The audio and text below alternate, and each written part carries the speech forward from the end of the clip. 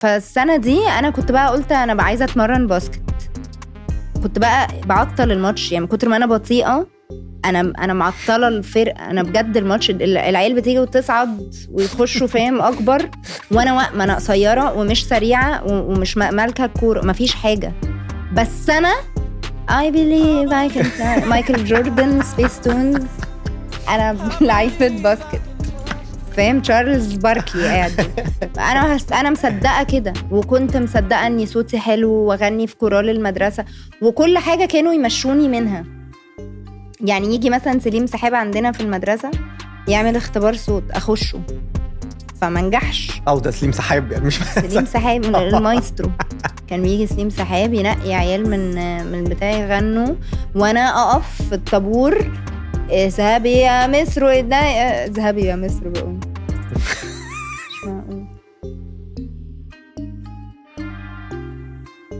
هاي أنا منى القيعي، شاعرة، كرييتيف دايركتور وبزنس وومن. رجعنا لكم وحلقة جديدة من البودكاسترز. وحلقتنا النهاردة يا جماعة كده خفيفة كلها الكلام الموزون أو القافية اللي فيه قافية، صح بيقولوا القافية الريتم. عامل يا كيمو؟ عامل يا حبيبي؟ بيتهيألي من ساعة ما طلبت ان انت وقعدت تقول لنا ان انت بتحب المزيكا واحنا مغرقينك حلقات مزيكا. والنهاردة بالذات انا كنت لسه بقولك ان انا فان جدا جدا. ميرسي والله. يعني انا اللي فان يا جماعة والله بجد يعني. أيوة. انا والله جيت على طول خلوه تقول لكم بس منا بقى بلاش الكلام ده اول ميعاد بنصدق على فكرة. اول ميعاد اخدته كان ممكن اجي الاسبوع الجاي. لا والله. طب انا هقول لك حاجه، انا اصلا بجد يعني اغنيه الهوى سلطان. انا من شابو. أيوة. كده اهو والله بهاء سلطان، والاغنيه حلوه وكل كومبو كده ما بيهزرش والله. بسمع الاغنيه دي عامه يعني في المطلق بقى طول النهار يعني. فان جدا. شكرا قوي. وهم قاعدين، انا قلت لهم من فتره انا عايز اخش في عالم المزيكا. تعالى بقى يلا بقى. لا مش يخش كده، هو قصده يعني يجيب ناس يتكلم معاهم يعني. خليه يمكن يا عم سيبها، هي كانت هتاخدني. ايوه يمكن يطلع. ما اعرفش هتشوف. انا كان نفسي اغني. بجد انا لو كان صوتي حلو ما كنتش هكتب لحد غير نفسي فعلا. والله العظيم كنت اغني كل الكلام اللي انا بقوله. مكسره الدنيا او العكس. زماني قاعده. لا بس بحسها صعبه. لو صوتي حلو ايه ده، بحسها صعبه جدا ان حد يكتب ويغني، هو يكتب لنفسه. لا مش صعب على فكره. بره معظم الارتستس اللي انت يعني أديل بتعمل كده، ايمي واين هاوس الله يرحمها بقى كانت بتعمل كده. لا وكل اللي هم بتوع الشباب بقى اسمها ايه دي اللي بيحبوها، تايلور سويفت وبيلي ايليش والناس دي كلها بيكتبوا على فكره. فعلا. ايه ده، مش عارفه تايلور سويفت بتكتب؟ لا بتكتب. ايه ده، بتكتبش حلوه قوي يعني. بس هو العادي اصلا ان الجامدين قوي هتلاقيهم بيكتبوا اغانيهم، وهتلاقي دايما اغانيهم ليها علاقه بحياتهم اصلا. يعني هو ساب مراته، الستات كمان الستات بره بيكتبوا كتير يعني فيميل ارتست. بيبقى سينجر سونج رايتر بس بتكتب لنفسها يعني، بيكتبوا لنفسهم وبيغنوا الاغاني. إليشا كيز مش كل حاجتها يعني، بس لما انت عماله تضربي لي ناس بتجيلها متوحشه. ايوه طبعا. ايه ده، برافو على فكره. إليشا كيز عامله حاجه اللي هو عامله زي مش عارفه هو بودكاست ولا ايه، بس بتحكي كواليس كل أغنية من أغانيها بالناس المهمة اللي كانت في الأغنية والحزن. ننفس أليشا دلوقتي. أيوة يلا. بص احنا هنعمل الحلقة دي تيست. هنعمل الحلقة دي تيست. ماشي تمام. ولو الحلقة دي كسرت الدنيا هنروح نعمل معاكي ديل. أيوة. ونعمل لك برنامج عن كواليس الأغاني اللي بتكتبيها ورأيك في كل حلقة بقى أحكي لكم حكاية بالظبط. طب ما تيجي نبتدي بالهوى سلطان. الهوى سلطان جونر بعيد عني قوي، مش شبهي. أنا طول عمري حتى ككاركتر أكتر في الهزار والفرفشة والفهم قصدي الحاجة اللي هي بيسموه مقسوم عشان شخصيتي أنا. حتى لما بعوز أعبر يعني لو حد بحبه وعايزة أقوله إن أنا بحبه هقولها بطريقة دمها خفيف بنكش. قليل قوي قوي لما العواطف اللي هو هتاخدني في الحتة اللي هي الحقيقية بقى، اللي هو تعالى بص بقى أنا بحبك جدا، ده مش يعني قليل قوي بيطلع. فوقت الهوى سلطان لما كلموني وطبعا هبه يسري عامله فيلم خطير، وكلهم بقى عشان يعني مش هقعد بقى اقول كل الناس، منى شلبي وداود وكله. انا رحت شفت الفيلم مع عزيز الشافعي، رحنا اتفرجنا على الفيلم مشاعر جدا وفيري رومانتك، وسابنا كلنا في حاله كده حلوه. بس واحنا خارجين انا بقول لعزيز واحنا في الاسانسير ماشيين خلاص، بقول له الفيلم ده مش شبهي، يعني الاغنيه دي ايه، هعمل اغنيه. هو اصلا الحوار بيمشي ازاي؟ يعني انت عايزه تكتبي اغنيه الفيلم، لو الفيلم جاهز بنشوف، تتفرجي على الفيلم الاول بيخلص حتى لو مش المونتاج النهائي او يعني مش فاينل كات، يعني عادي لو خلصان منه كام حاجه هروح اشوف، اخد كده من روح الفيلم، يمكن كلمه تتقال في النص تعمل حاجه، يمكن اخش بس في اللي هي ايه طاقه الفيلم يعني. فانا من طاقه الفيلم ده حسيت انه مش هينفع له بقى جو الغزاله رايقه، يعني فاهم قصدي، احنا مش في الحته دي، كسرت الدنيا دي الحمد لله، بس احنا مش هناك يعني، فاهم قصدي. فالحقيقه بقى عزيز الشافعي هو اللي كان في الحته دي معايا، يعني انا رحت له وقعد يقول لي يا بنتي، كنت لسه مخطوبه طازه، فقعد يقول لي هو انت يا بنتي مالك، هو انت مش لسه مخطوبه؟ يعني في حب، قولي اي كلمه للراجل ده، قولي له اي كلمه. قلت له يا عزيز ما هو انا مش بعبر بالطريقه دي يعني. قال لي لا بتحب يعني ايه الحاجه اللي بتخليكي تحبيه؟ فانا قلت ساعتها، هي جت كده conversation، قلت له يعني هي التفاصيل بتبقى اجمل بكتير، حلوه وهو معايا، حلوه، فهي اصل التفاصيل اجمل بكتير بوجودك فيها. دي من اكتر الحتت اصلا اللي بتعجبني في الاغنيه، ما هي اول كلمه طلعت. بعدين قال لي طب اكتبي لي ايه هي التفاصيل. انا اول مره اشوف كريم رومانسي قوي كده. لا لسه، لا بس انا بسمع على فكره، بسمع غير رومانسي كتير يعني في فاهمه. ايوه اندمج معايا. الكنبه سخنت سيكا. طلع هات لي تويتي من جوه بسرعه لو سمحت. اجيب لك مخده تحضنها وانت حته التفاصيل. لا بس دي اغنيه دي جامده، الاغنيه دي بصراحه الناس حست انا بحبها على فكره. طيب بس انت يعني اديني اكتر. ماشي كمل. بعدين قال لي طب قولي لنا إيه، يعني قولي لي ايه هي التفاصيل اللي انت بتحبيها. فكتبت عادي كاني برد على اسئلته، بس هو انتوا فاهمين هو كان معايا ازاي واحده واحده. فقلت له قعده عاديه، مكالمه بتسال فيها عليا في العربيه، واقفين والدنيا معديه، نرغي شويه، نسمع نضحك، نسمع كام اغنيه. ايه ده يعني الاغنيه دي طلعت في قد ايه؟ لا ده كله في ساعه، احنا قاعدين مع بعض، ده حصل في ساعه الحوار ده. وبعد كده خدتيه بقى اشتغلتي عليه خلاص؟ لا وكمل، لا كرت نفسها بقى خلاص، ما يعني بس انا مسكت الخيط. ممكن تطلع في ساعه، ممكن في ربع ساعه، مش في 10 سنين. اليوم الحلو ده طلعت في بجد 10 دقايق ربع ساعه فعلا. والله العظيم. يعني هو هي الحاجات دي بتبقى نفحات، قرف ونفحات، يعني هي الموهبه بتنزل دي فجأة كده. ممكن بعد كده لما اتكلم معاك تكتب اللي انا بقوله، عشان انا متاكد ان في حاجات هتطلع.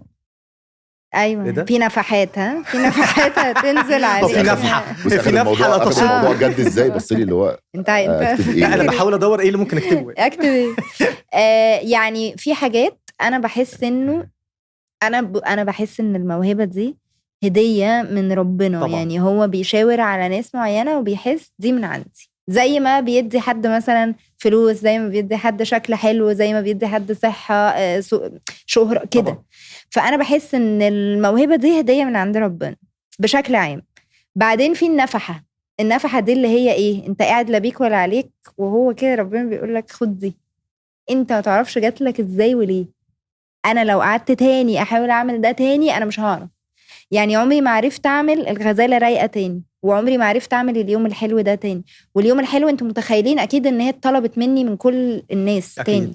اكيد طبعا كله عايزها تاني، لانها اغنيه بتشغل ناس، يعني قصدي هي كله عايزها تاني، اللي هو يعني كله عايزك تعملي حاجه شبهها مغني تاني، يعني هي بقت ريفرنس. لانها اغنيه هتشغلها في عيد ميلاد، هتشغلها في فرح، هتشغلها في مناسبه، هتشغلها فيجي حد يقول لك انا عايز اغنيه زي بس ايه اليوم الحلو ده بالظبط. زيها لانها اغنيه هي ربنا اداها لي كده، وهي جت كده. انا واحمد طارق يحيى بقى هي كده، هي كانت اغنيه فيلم على فكره، اغنيه عمهم، فيلم عمهم بتاع محمد امام، وانا اتفرجت على الفيلم، وعلى فكره وقتها كان يعني ما كنتش في حته نفسيا شبه الاغنيه خالص، بالعكس كنت in a very bad mood اصلا جدا، يعني كنت بعيط تحديدا لو عايزين ايه اليوم الحلو ده بقى حرفيا بقى هو اللي انتوا بتعملوه الناس كده، وبعيط وزعلانه وجت، وهو بقى خلاص يعني الواحد اتعلم برضو ايه ده حاجه وده حاجه. بس كان في مشهد كده في الفيلم شبه يعني كانوا they made it ومبسوطين وبيبلبطوا في البول وبتاع، محمد إمام بيفتح الشباك، فحسيت ايه اليوم الحلو ده. وبعدين كان تحت بقى ثروت وكده الناس اللي معايا في الفيلم بيعوموا كده، فحسيت يلا وايه الناس الحلوه دي اليوم الحلو ده. بس انت يعني انت كده مره قلتي ان هو الكتابه حصلت ان انت كنت بتتفرجي على الفيلم واتفرجتي وبتقولي ان في اوقات كتير هو بتبقى ممكن تمشي بعد بس على فكره الهوى سلطان ليها باقي. اوكي يعني الجزء بتاع لما اقول لك تبعد اياك تسمع مني دي جت الكوبليه ده جه بعد خناقه بيني وبين يوسف فعلا.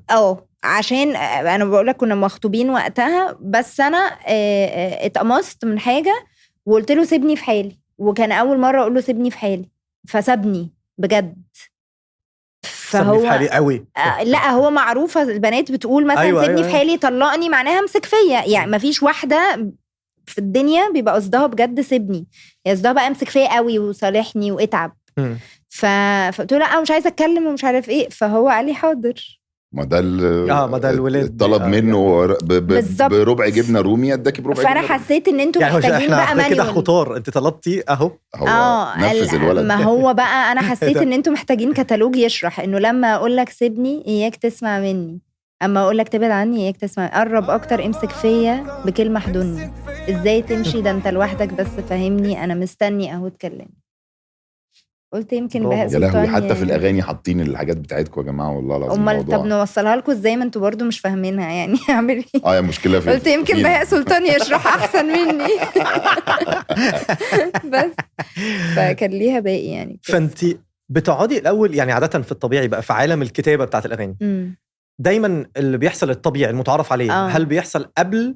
يعني ممكن يكون فيلم ما اتعملش اصلا. انت بتتكلم على الافلام دلوقتي. انا بتكلم على الافلام، على اغاني الافلام. عاده اللي بيحصل ان انتوا بيجي لكم الحاجه قبل ما تخلص ولا بتيجي الحاجه اصلا بتكون خلصانه؟ كل السيناريوهات حصلت. يعني يجي لك سكريبت تعملي منه أغنية. ممكن يجي لي سكريبت وممكن يجي لي مخرج ولا عايزني اقرا سكريبت ولا عايزني اشوف الفيلم عشان الاغنيه تبقى تو جينيريك، تبقى اغنيه ده يعني عامه كده ما تبقاش على حاجه معينه. يعني بيتر ميمي بيحب في اوقات كتير يقول لي ويسيبني عشان اعمل حاجه شبه لو فضلت بعيده ساعتها يقول لي لا طب اقري طب، بس في الاول يحب يسيبني لخيالي تمام. وبيبقى ليكي راي في الاغنيه دي هتبقى فين وعلى انهي مشاهد وامتى وكده، ولا انت بتعمليها وهو بعد كده يتصرف؟ بص حسب المخرج، بس بنسبه 95% المخرجين بيسمعوا معايا. يعني لما بقول لهم مثلا انا رايي لا خلي دي كذا خلي دي كذا، لا بناخد وندي يعني الدنيا فلكسبل بصراحه معايا. طيب ومعلش هي حته برضو بتاعت الكتابه، انت المفروض لما بتيجي تكتبي بتبقي عارفه اي حاجه عن اللحن ولا انت بتكتبي وخلاص؟ اوقات واوقات.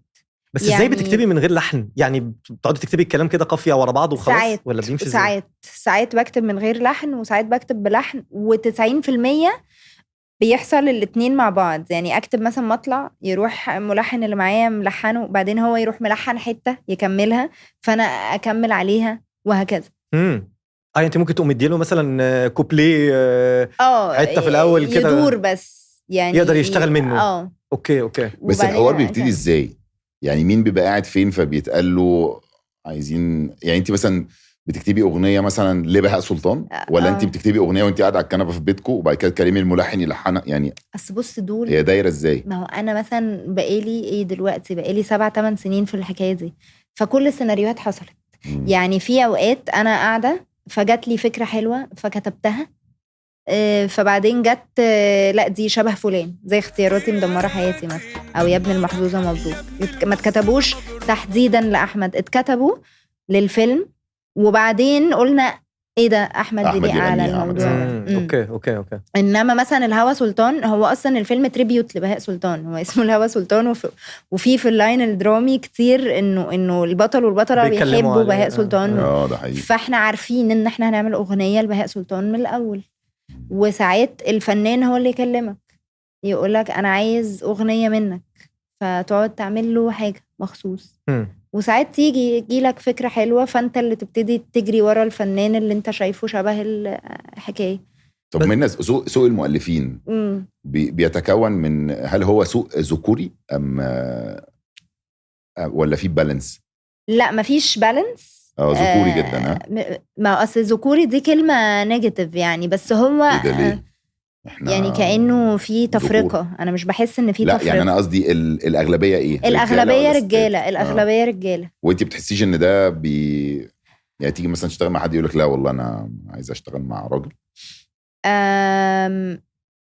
في الأول أيوة في أول ما ابتديت أنا، بص دي حاجة أنا عمري ما فهمتها، يعني عمري ما شفتها، عشان حسيت أي شغلانة ليها علاقة بالموهبة يعني irrelevant قوي، يعني موضوع ملوش دعوة انت راجل ست بقى كلب قطة، المهم الحاجة تطلع. فأنا ما كنتش أصلا مدركة ده، يعني أنا مخي أنا بحاول ألاقي دلوقتي سيناريو ليه ممكن حد يبقى أقول لك أنا ليه كده. أقول لك ليه هقول لك سوري استنى هقول لك اللي حصل. كان في حد من المطربين اللي عشت عمري كله نفسي ان انا يعني اقابلهم في يوم من الايام وكده، وفعلا مرة عجبته اغنية من كلماتي، ولما الملحن قال له دي فلانة، قال له هي الستات، هنقول بمعنى الستات يعني، هي كانتش الستات، بس قال له هي الستات ما بتعرفش تكتب اصلا كلام خربش ولا حربش، ما اعرفش كان نفسه في ايه، بس يعني انت مقضيها خربشه بس اصلا. هو كان عايز خربوش شاي غالبا، كان نفسه في خربوش شاي وانت جبتي له بس على فكره يعني القصه دي ما يعني كنت بضحك عليها وقتها وعادي، وبعدها بكام سنه عملت له اغنيه واثنين وثلاثه بجد وعادي. هو ما يعرفش ان انا عارفه ان هو قال كده، وانا مش مهتمه بالمواجهه دي، يعني مش مهم. اللي حصل ان في الاخر خربشنا وكتبنا. لا انت اديك عرفت كده بقى، ما تخربش على حد. انا بحبه جدا عامه، هو من الناس اللي انا بحبها جدا. طيب انا هقول لك بقى، هقول لك الفكر الجاهل بتاعي. يلا. ان انا بالنسبه لي الست لما تكتب غير لما الراجل يكتب. حلو. لان انا بكتب، شفتي انت قلتي ايه لما كنت مخطوبه وقلت له، لما بقول له سيبني في حالي امشي وسابني، لا انا بقول لك سيبني في حالي، امسك فيا واقعد كلمني. أيوه. تمام. الراجل عمره ما يكتب كده، لا يكتب احسن كمان من كده. ايوه بس قصدي انت ممكن تكتبي بمنطلق السيده، لكن هل تعرفي تكتبي بمنطلق الرجل؟ ازاي بقى؟ عشان هي مشاعر. يعني مثلا انت عندك نادر عبد الله وامير تعيم وبهاء الدين محمد، هم اصلا بيكتبوا على لسان الست. يعني في اغنيه الانغام اسمها اكتب لك تعهد. الله بحبها قوي. هل ده كلمتين؟ الحمد لله. فيش اللقطه دي لو سمحتوا، هاتوا له بقى نفس المخده اللي احنا قاعدين بنرجع عليها مع ارزاها جنبه يا جماعه في الايديت لو سمحتوا. قلت له يعني هي التفاصيل بتبقى اجمل بكتير. حلوه. وهو معايا. حلوه. فهي اصل التفاصيل اجمل بكتير بوجودك فيه. دي من اكتر الحتت اصلا اللي بتعجبني في الاغنيه. ما هي اول كلمه طلعت. بعدين قال لي طب اكتبي لي ايه هي التفاصيل. انا اول مره اشوف كريم رومانسي قوي كده. لا لسه. لا بس انا بسمع على فكره، بسمع غير رومانسي كتير. يعني في فاهمه. ايوه مندمج معايا. الكنبه سخنت سيكا. طلع هات لي تويتي من جوه بسرعه لو سمحت. اجيب لك مخده تحضنها وانت حته التفاصيل. لا بس دي اغنيه دي جامده. هل الكلمات دي كلمات انا لو قلت لك تخيل راجل او ست هتقول اكيد ست، بس هي ما كتبتهاش ست. انا كتبت في حياتي مهرجانات، وكتبت لا انت عملتي كل حاجه اصلا. وعملت شعبي وعملت بالعكس، ده انا اكتر جزء كان عندي فيه مشكله هو الجزء اللي هو الدرامي شويه، اللي فيه بس رومانسيه زياده، يمكن عشان انا كنت بتكسف اكسبوز ده، ويمكن كان جوايا حته انكونشسلي كده حاسه انا مش هبقى في انا مش هبقى بنت بقى العاديه. لا عمري ما حسيت ان انا مش هبقى بنت. انا دايما حتى بص حتى في الحياه العاديه لما مثلا واحد صاحبتي تقول لي على الشاب اللي هي بتحبه او حاجه، اصلا مش عايزه بقى يفتكر ان انا بعمل زي البنات. بحس امال نفسك تفتكري بتعملي زي الايه الرجاله اصحابه، يعني ما احنا ستات وهنعمل زي الستات وانتوا رجاله وتعملوا زي الرجاله ده قوي. واذروايز هتبقى مشكله. ممكن تاخديه ده تعملي منه اغنيه بقى ستات بقى ده يعني هي فكره، بس احنا يعني في كده حاجات حفظناها ويعني بقينا ديفنسيف عليها وهي ملهاش معنى. انا بستمتع جدا كوني ست وبحب قوي الطباع اللي ليها علاقه بالست، بس عارفه ان الموهبه ملهاش علاقه، هي انت موهوب وبتشتغل على نفسك او لا. احكي لنا بقى عن عالم المنافسه ما بين الناس اللي في المجال اللي هم الشعراء والمؤلفين والكتاب والحاجات دي والتصنيفات بتاعتهم، لان انا دايما في التمثيل عندنا عارفه اللي هو رقم 1 ورقم 2 وانا اللي كسرت وبعدين يطلع ما يطلعش اصلا. الحاجات دي ايه اللي بيحصل فيها؟ بتتقاس ازاي وبتاع؟ بتتقاس ازاي؟ انا ما اعرفش بصراحه يعني، بس انا هقول لك على حاجه، هقسم السؤال لنصين. اوكي، فيما يخص المنافسه انا من ناحيتي تجربتي انا كانت بتقول انه مفيش اسم دخلت المجال ده الا ورحب بيا وساندني وباركلي وكلمني ودعمني في السر وفي العلن من المؤلفين.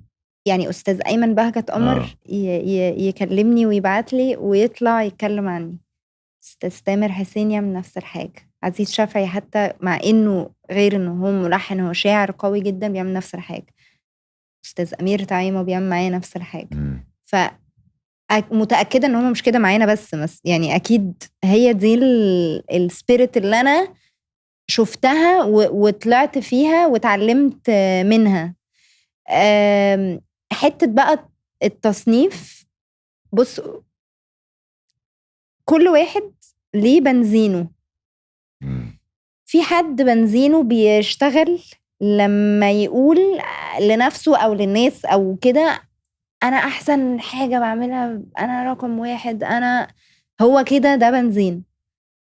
انا شخصيا ما اعرفش اعمل ده، يعني انا بنزيني العكس. انت لو سألتني انت شايفة نفسك رقم كام هقولك 1000. ممكن اكون اوقات في اغنية عملتها في الفترة دي الاغنية دي كانت ناجحة، كانت وما اقدرش حتى اقول رقم 1 يعني، دي حاجة انا اتكسف ان انا يعني مش هتكسف ان انا اقولها، يعني مش بحس ان انا محتاجة ان انا اقول ده. شغلك بيتكلم عنك يعني، لان انت اغاني كتير قوي جابت رقم 1 عادي يعني في اوقات، وبعدين بيجي حد يبقى رقم، يعني هي ايه دايرة، هي سايكل وما بتوقفش، وما فيش حد فينا بيعمل حاجة ممكن تبقى رقم 1 بعدين يجي عليك حد وبعدين يبقى فوقيك رقم حد وهكذا وهكذا. لكن لو عايز تسألني امتى بجد اعرف ان انا مثلا كمنة بشكل شخصي، ما بتكلمش عن اي حد، يعني انا منة امتى اعرف ان انا بقيت رقم 1؟ لما يعدي 50-60 سنة ولاقي اسمي لسه بيتقال. يعني انت النهاردة هتقولي مين رقم 1 هقولك ايه؟ عبد الوهاب، بليغ حمدي، اقدر اقول رقم 1. فاهم قصدي؟ اقدر اقول عدى وقاعد عايش، فاهم قصدي؟ مستمر. مين رقم 1 هقولك ام كلثوم، ماتت من قد ايه؟ ماتت خلصت واحنا لسه النهارده في حديث الساعه وحديث الترند وحديث الدنيا. عبد الحليم حافظ رقم 1. الزمن هيقول لنا بجد مين فينا كلنا قدر يبقى رقم 1. انما الحاضر بيقول انه كل حد عنده موهبة أو اجتهد أو كده بيجيله أغنية يبقى رقم 1 وأغنية يبقى 3 وأغنية يبقى 10 وأغنية، وطول الوقت يعني الواحد بيسعى. أنا شخصيا واللي حواليا بنفرح لبعض قوي، يعني قصدي بننافس كلنا نفسنا نكون الأنجح، لكن بنستمتع بنجاح بعض قوي. بس هو فعلا ده شيء طبيعي، زي مثلا في الكورة، ما هو كل سنة في واحد نمرة 1 عادي، مش لازم يفضل طول عمره نمرة 1 في المنافسة. في منافسة بالظبط. وحتى على فكرة لو حد عارف يقينا جوه نفسه أنا رقم 1، ده بنزينه، يعني قصدي هو ده اللي بيديله ده الدافع، ده اللي بيصحيه كل يوم قوم جدع انت رقم 1. أنا ممكن يكون أنا بجد بنزيني قومي هتعملي ايه ده انت لسه ما بقيتيش رقم 1، يعني فاهم قصدي؟ وكل حد يعني زي ما بيقولوا if the shoe fits، يعني كل حد بقى بيعرف ايه اللي بيديله البتاع.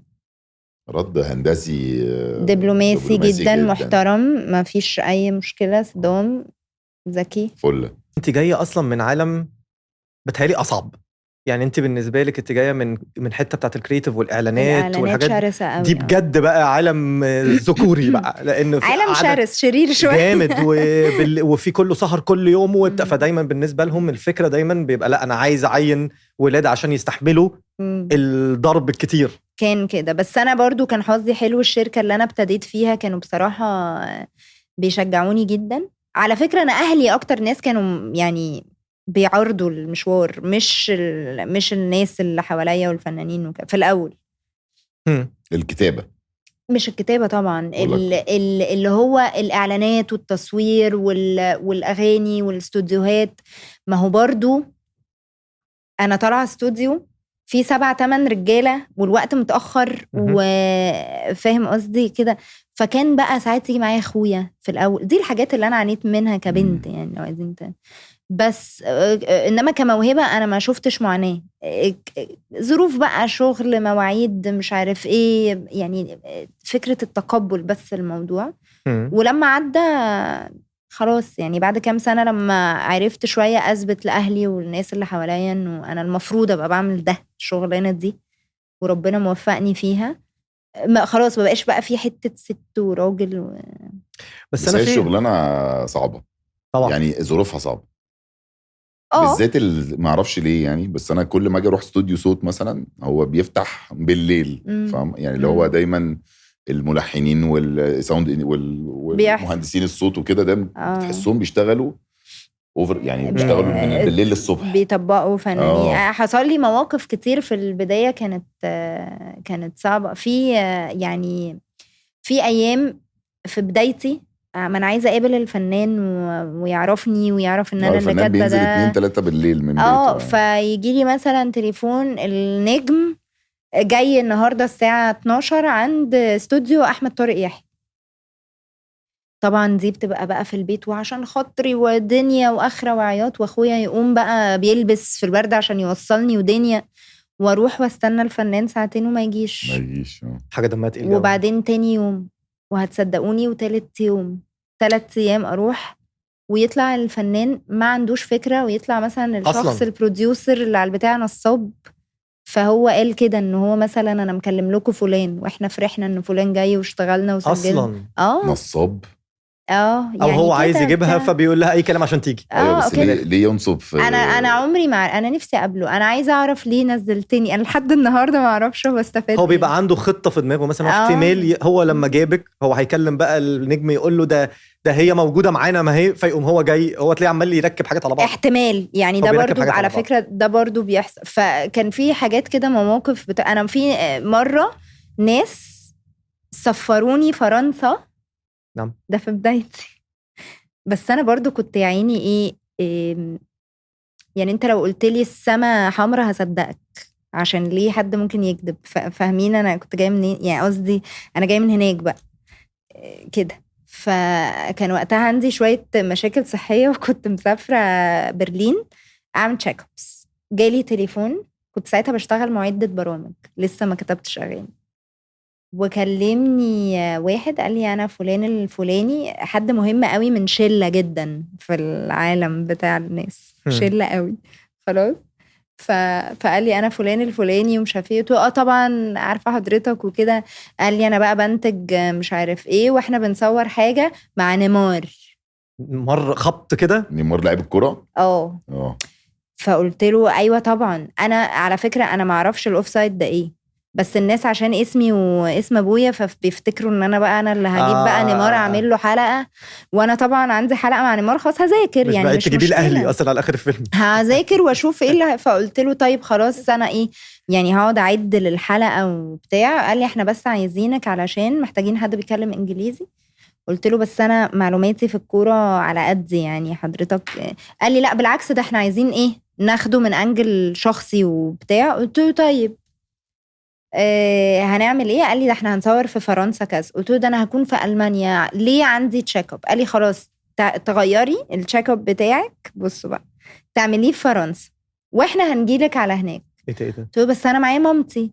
قال لي ما فيش اي مشكله ومش عارف ايه بتاع. قلت له بص خلاص انا كده كده يعني المصاريف بتاعت مامتي كوفرد والفيز بتاعتي بتاعت المستشفى والرحله دي كوفرد، انا بس يعني انتوا احجزوا لي بقى في المكان اللي هنقعد فيه، سافري وادفعي انت ومامتك وفوتري وبعتيلي. محدش بيعمل كده. لا ما حدش بيعمل عملت كده. كل لا، حاجه. محدش بيعمل كده من قعدت قد ايه في مكالمه فرنسا؟ تليفون. لا فوتر ايه ده 9 في قدام ايام كشك 9 ايام في فرنسا مستنيه نيمار يجي 9 ايام عند برج أقسم ايفل بالله. كده. مش فاهمه فين نيمار. طب واقفه عند باب باريس سان جيرمان مثلا والله العظيم يا جماعه قاعده مش عارفه ازاي امي، يعني انا امي كمان يعني ليه استحملتني، يعني هي معايا عماله تقول لي يا حبيبتي الناس دي مش جايه يا ماما، هو في حد بعت لك عربون؟ اقول لها لا. تقول لي هو اي حد يقول لك نيمار جاي كده تقولي له هقابلك هناك؟ لا انا قلت هو طلعك فرنسا على حسابه. لا انا قلت دفعت. انت اكيد مش هتطلعي فرنسا على حسابك. بصوا بقى الكلام ده في 2016 انا دافعه مثلا حاجه بتاعت في ال9 ايام، ما انت اقامه اكل شرب طيران وانتظار. لا واقول لهم طب انا هقعد في حته، اللي هو هقعد في حته برضو افوردبل خلاص، يعني مش هقعد. احنا قاعدين في مش عارفه قال لي موفنبيك الشانزليزيه ولا حاجه بقى اللي هو فاهم. انا رايحه بقى في قلب الحدث هلا والله على البتاع. فقلت ماشي يلا. رحت طبعا انا ما قعدتش هناك لان امي بقى فرملتني شويه. قعدنا عادي في اوتيل عادي من اوتيلات الناس عادي 9 ايام. جماعه فين نيمار؟ قالوا حد عارف نيمار جاي ولا لا؟ حد شاف نيمار النهارده يا جماعه؟ إيه معلش اصل هو حصل له معرفش ايه، اصل هو جاله معرفش ايه، وابعت لنا الفواتير يا بنتي. طب ابعت لنا الاسئله، لا عايزين نعدل الاسئله كذا، لا اصل في اعلامي كبير جدا انضم للموضوع فبعت لنا. طب وفي الاخر عملت يعني قالوا لك ايه في الاخر ولا ما قالولكيش حاجه؟ ما قالناش حاجه. امي قالت لي قومي دلوقتي تجري قدامي هنرجع مصر، انا عايزه اشوف ابوكي واخوكي. مفيش مش هنقعد نستنى نيمار لحد امتى؟ ما بيجيش. ورجعت وعمري ما خدت فلوسي الى يومنا هذا. لا يا حضرتك خلاص الفلوس ولا دي شفت نيمار خلاص. عمري هو ما يعرفش ان انا والولا اللي من هو بقى كان في الاول بيقعد يقول لي انت زي اختي، واقول له انا كده كده يعني مصاريف امي احنا دفعناها، فيقول لي انت عيب تقولي كده، دي زي امي بالظبط، وانا اللي هشيل السفريه دي طيب كلها. يعني هو بيتعامل انتوا عيله فعشان كده مش هديكي فلوس. يعني واحد اللي في جيبي في جيبه طبعا. فما هو ما شفتوش بقى وما ردش. وكان في بروديوسر كده على الشغلانه فاكراه كويس، كل ما بعته يقول لي ابني بيغسل، بنتي مش عارفه الدم ماله، عندهم مشاكل كبيره قوي في الاسره، فبرضو كنت بصدق فما بعتلوش تاني حاجات كده يعني. كانت عايزه لها اغنيه دي عايزه اغنيه فعلا. نصابين عارف رحله 404 والله كده. يعني بصوا خلوا بالكم احنا لحد دلوقتي ممكن يحصل حاجات ليها علاقه بالنصب وكده. اكيد يعني طبعا عادي يعني كلنا يعني قصدي في الشغلانه دي بالذات. ايوه بس الشغلانه دي النصابات بتبقى على ايه يعني؟ ما فهمتش برضه هو عمل كل ده ليه. انا مش عارفه. ما هو بيبقى يعني بيظبط ديل. ايوه بس دي نصابيه مش مفهومه. لا هم غالبا كانوا جايين ولما الشغلانه فكست يعني اكيد مش هيدفع لي بقى خلاص. بس وهو في نفس الوقت مش عايز يقعد يدفع فلوس من جيبه قبل ما الشغلانه تحصل، فبيلبس لحد. انا اعرف النصبه ان حد يسرق اغنيتك مثلا. لا دي عمرها ما حصلت لي، او انا يمكن ما باخدش بالي من ده لما بيحصل. يعني مش مهم ده بالنسبه لي. ما تركزيش فيه يعني. طب اقولها ازاي عشان ابقى يعني مؤدبه؟ يعني محدش يعرف يعمل اللي انت بتعمله زي ما انت بتعمله. ده بس على فكره انا مقتنع جدا باللي انت بتقوليه ده. فحتى لو انت قلت فكره حلوه وعجبت حد وهو عملها بي ماي جاست مفيش مشكله. على فكره صح جدا بالذات في الحاجات دي، لان ما الناس مثلا كانت حتى بتيجي تقول لنا مثلا في الاول انتوا طب ما انتوا مثلا البودكاست ما انتوا في كذا حد يقدر يعمله، مش ساعتها مش عارف اوقف الناس يعني انهم يعملوا. في عوامل تانية، في روحك وفي القبول اللي عندك، في مثلا الكيمستري اللي بينكوا، في فاهم قصدي الكريدت بتاعكوا عند الناس، وفي علاقتك بالفنان وكميتك مع الملحن. اللي عجبه بقى فكرة اليوم الحلو ده فعمل مثلا الليلة الروعة دي شور. فاهم قصدي؟ اتفضل. تمام يعني بالعكس حاجة كويسة تحس ان انت. طب ايه حوار ان انت المؤلفه الوحيده اللي اشتغلتي مع عمرو دياب في تاريخ عمرو دياب، كان ده حقيقي؟ انا قريته بس انا مش عارفه حقيقه الموضوع، بس قريت كده ان مفيش بنات كتبوا لعمرو دياب. بس قريت مره ان في ملحنه ست، انا بس خايفه اقول معلومه غلط، بس ان في اغنيه لحنتها واحده ست، وانا عارفه لا شاعر. انا قريت زي بس انا حقيقي مش بحاول اثبت ان انا اول مرأة تعمل حاجه. انا كنت عايزه اكتب لعمرو دياب. لو انا هو على فكره ده الانجاز 47 اصلا، سيبك بقى مرأة مش مرأة، المهم ان هو كتبت لحد زي عمرو. جات لي ازاي؟ دي حاجه انا بحاول اعملها طول عمري. يعني بص، انا عمرو دياب انا فان، يعني انا فان قوي. انا فان لدرجه انه انت مثلا لما بتشتغل، انا بقالي من 2011 بشتغل شغلانه فيها بتقابل الفنانين وكده، خلاص يعني بعد شويه بتاخد الموضوع فور جرانتد، بتتشرف وبتتبسط وبتفرح بكل الناس اللي بتقابلها، بس بتبقاش بطنك مكركبه وقاعد مستني اللحظه، يعني فاهمه؟ خلاص يعني بتبقى حاسس ممتن اكتر. لما جه يعني الاول عمرو دياب اول مره شفته يعني كان في كنت لسه عامله الايجنسي بتاعتي، شركتي. انا كنت خلاص بقالي كتير فريلانسر. انا على فكره عمري ما سبت الاعلانات اللي اسمها ماما دي، اللي اسمها ماما. هحكي لك بقى، انا هي بس هرغي كتير شويه.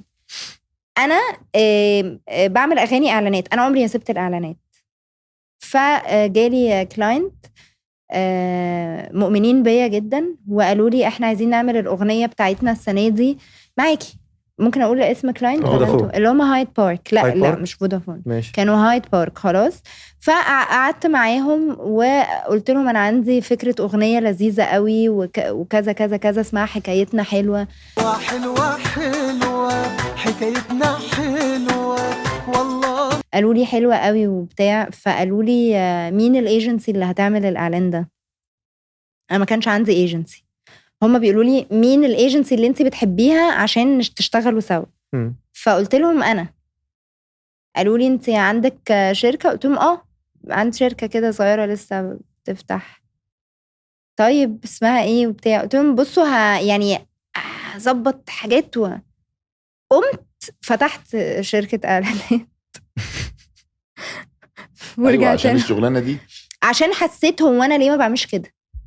هي جات لي يعني وانا قاعده، ما انا بقالي 10 سنين بعمل كل حاجه. بس انت قصدك شركه اعلانات وبتفق مع الناس وبجيب وبقول انا عايزه فلان يغني وعايزه فلان يلحن بتعمل شغل الايجنسي. ما هي الشغلانه بتبتدي من الكلام والكلام فكره، او بالنسبه لي لازم يبقى في فكره. دي ايجنسي ايه؟ ايجنسي بتعمل ادفرتايزنج وبعدين بقيت بعمل ادفرتايزنج وكونتنت بس يعني قصدي فهي مش مربوطه بالمزيكا انك مش بتعملي انا في ساعتها ما كنتش عارفه. انا هقول لك دلوقتي الشركه بتعمل ايه، بس انا ساعتها انا ما اعرفش. اوكي، بس انا عايزه اعمل الاعلان ده، شركه انتاج يعني. بقيت كرييتيف، يعني كرييتيف ادفرتايزنج. انا بقيت ايجنسي وهم طبعا انا قلت لهم كل حاجه يعني عشان برضو ما خيش لهم. بصوا انا 1 2 3 كانوا داعميني جدا.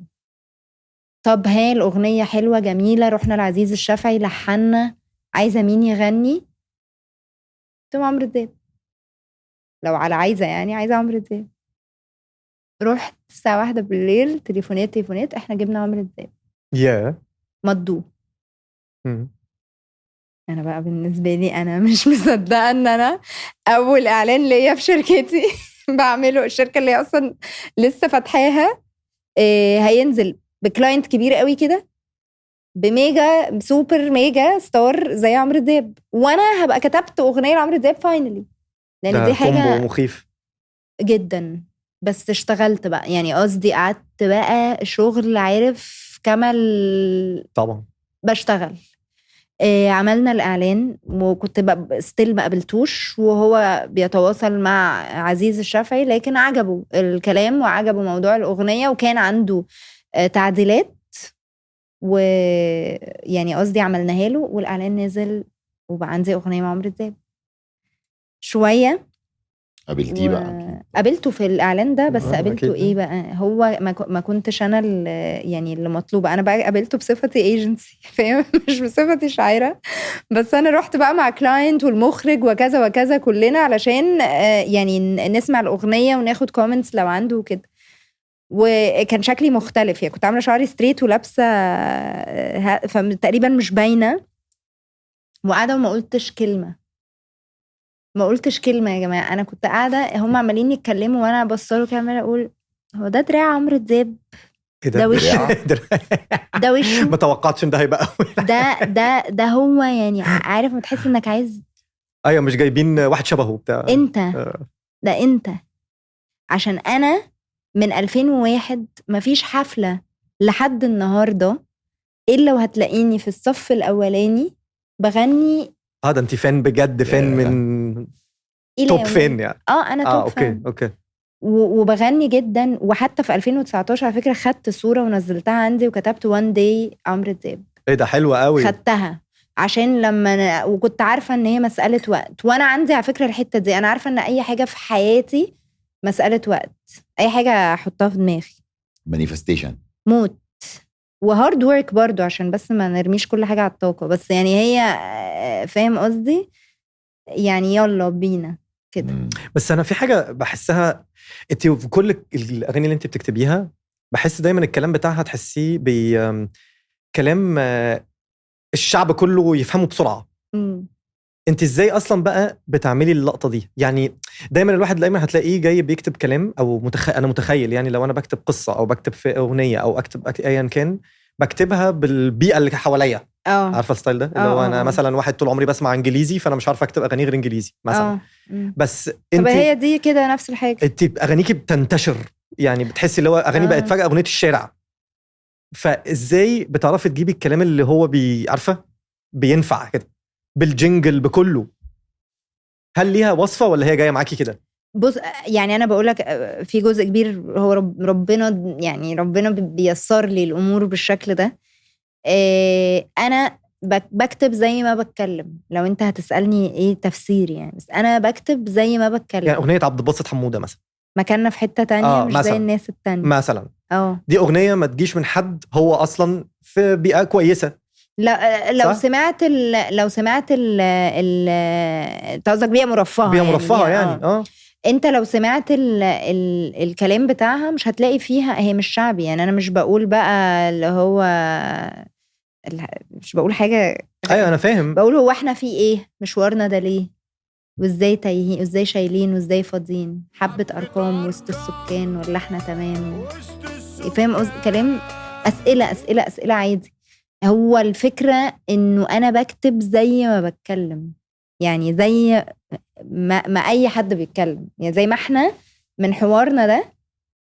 وفي لحظة ادركت فيها ان اي كلمة بتتقال، اي كلمة بتقولها من صباح الخير لتصبح على خير تنفع اغنية. ده سر يعني اكتشفته. اي كلمة انت بتقولها تنفع اغنية. ممكن اعمل لك اغنيه لذيذه بتقول صباح الخير، ممكن اعمل اغنيه بتقول ازيك عامل ايه وهتغنيها لانها لذيذه يعني. فاهم قصدي؟ ممكن كذا يعني. هو كلام زي ما انت بتقوله، وهي مدارس. انا دي مدرستي، انا بكتب زي ما بحس الحاجه وزي ما بقولها، مش بحاول فاهم قصدي؟ بس عشان الاستاذ عبد الباسط حموده فانت حاسس ان يمكن هي كلامها عادي ما فيش تحسها اغنيه كده. اللي انت بتتكلم فيه ده اللي هو لما الرابر مثلا بيكتب اغنيه فاهم يعني انا مش بقول فتنه تعشر يا بس انا لو ما اعرفش اي حاجه وسمعت اغنيه عبد الباسط حموده وما اعرفش ان استحاله يجي في دماغي انها بنت. ده واحد. 2 عشان مش متعود. بس يعني لا مش فكره في الاغنيه رسمه كاركتر كده قدامي. عارفه الاحساس ده؟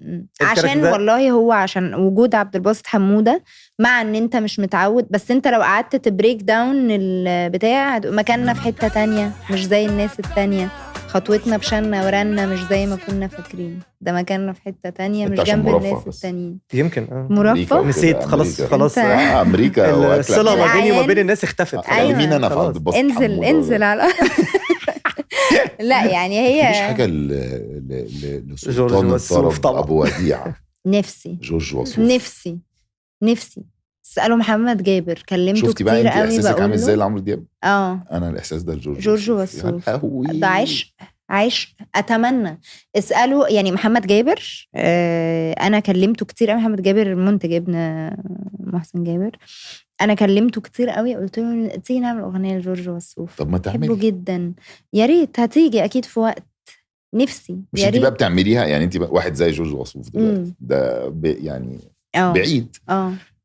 انت بقى عشان تكلمي حد تقولي عايزه مش بتكتبي بقى اغنيه وتحضريها وتقولي بصوا طب يا جماعه دي؟ ممكن طبعا، ممكن كده وممكن كده، يعني زي ما يعني انا جورج وسوف اتمنى بس كلام معلش خلينا بس اعبر عن مشاعري فيها دي، هنقعد الحلقه كلها نتكلم عليها اصلا. انت عشان جورج وسوف بيحبه قوي، هو ده مدمن ده. بس انا فاهمك. لا هو كلام وكلام الاغاني طبعا مش هزار يا جماعه. هو برمش عيني يا لهوي كده كفايه كده. لا انا ممكن ارصصهم لك كلهم، بس لا صح.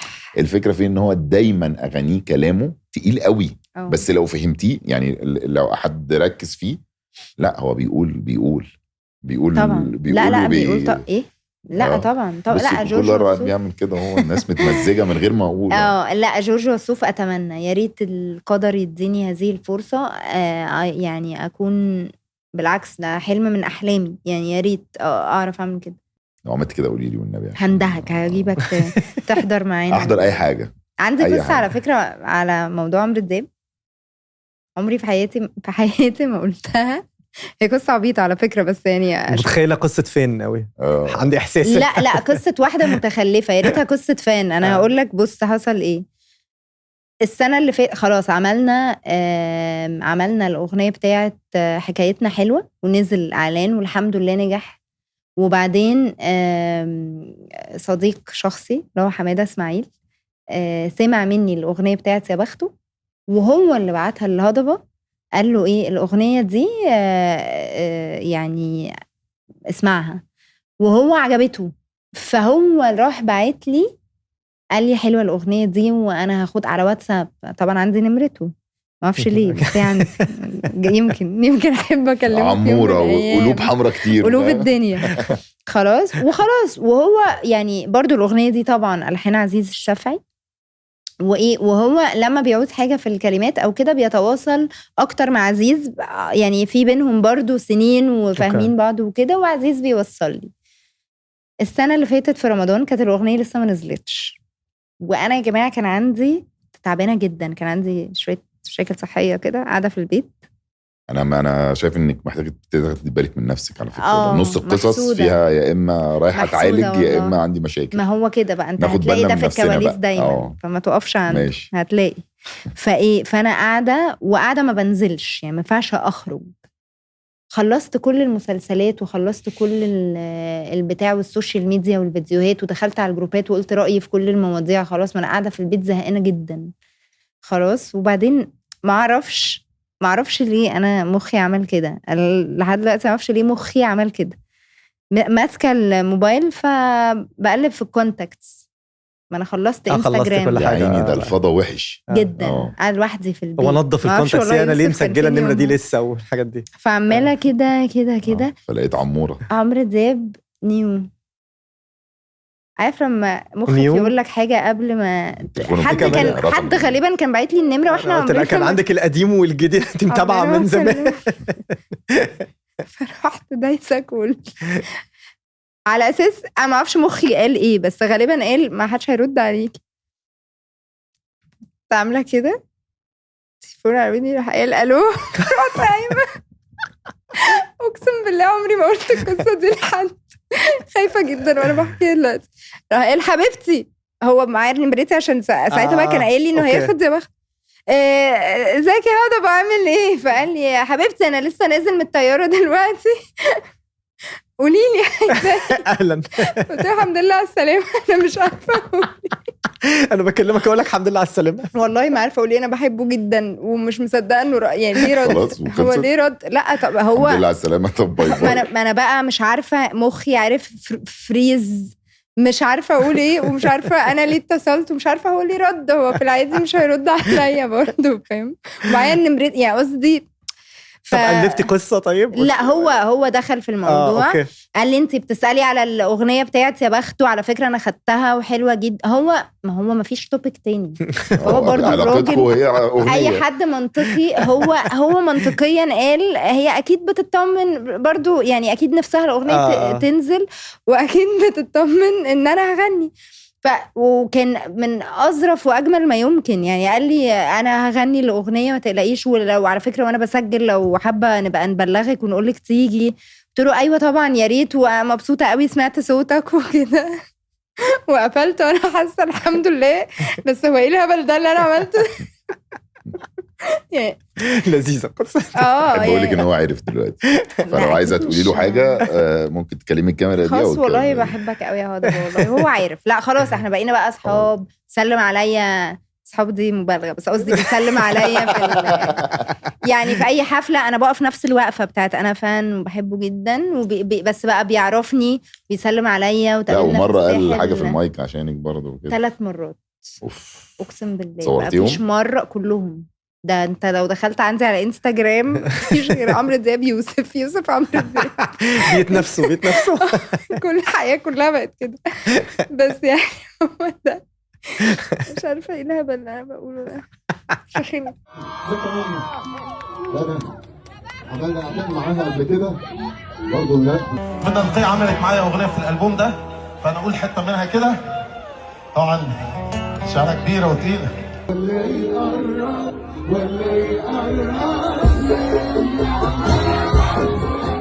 طب بما اننا في الحته اللذيذه اللي هو انت بعد بتفضفضي فيها، احب اسحبك واخدك في الحته المفضله بالنسبه لي، الا وهي الماديات. الشغلانه دي بتاكل عيش؟ حلو قوي. ايه البراكتس بتاعتها؟ يعني انا دلوقتي لسه جديد وفي واحد بقى اللي هو مخضرم جدا. الاغنيه دي بتكلف كام؟ يعني من اول ممكن تعمل اغنيه من غير فلوس لحد ممكن يبقى عادي اجرك كبير جدا. بس ده في عالم انهي نوع؟ في الافلام ولا في الجنجل؟ هقول لك حاجه، ما انا فاهم. انا قصدي هتلاقيها متقسمه ارقام. لا الماكس ما بقولكش مش رقمك انت. لا مش هقول ماكسيمم، ما افرض انا باخد الماكسيمم مش هقول يا ستي. هنقول ان انت بتاخدي الماكسيمم عشان ما تحسديش. زودي على الماكسيمم شويه عشان تطلبيه بعد كده. لا يا جماعه مش هقول ارقام، عيب كده. بس هقول اصل دي شغلانه يا جماعه، ده اندستري، دي شغلانه. طيب وماله؟ شغلانه زي اي شغلانه. طيب ما اي شغلانه لو انت شاطر ومجتهد هتعمل فلوس كتير جدا. لو انا النهارده هتبهدلني بكتب، انا راجل بكتب، انا راجل بكتب هل وعايز اكتب، هل عايز اعمل فلوس كويسه، هل الاحسن اخش في العالم بتاع الاعلانات ولا عالم الافلام ولا ان انا اكتب لمطربين؟ تعالي نبتدي من هنا. الاعلانات، المطربين معظمهم ما بيدفعوش. بعدها يبقى اعلانات، بعدين افلام، بعدين مطربين. اعلانات طبعا في المقام الاول الاعلانات. لو تارجتك فلوس يبقى اعلانات، بس قبل الاعلانات ما انت تبقى شاطر. ده اكيد خلاص. ماشي انت شاطر وفظيع يعني. ما حصلتش أكيد. عايز فلوس، عايز بقى ابتدي اعمل بقى مستقبل بقى يعني. مستقبل وفلوس، اعمل اعلانات.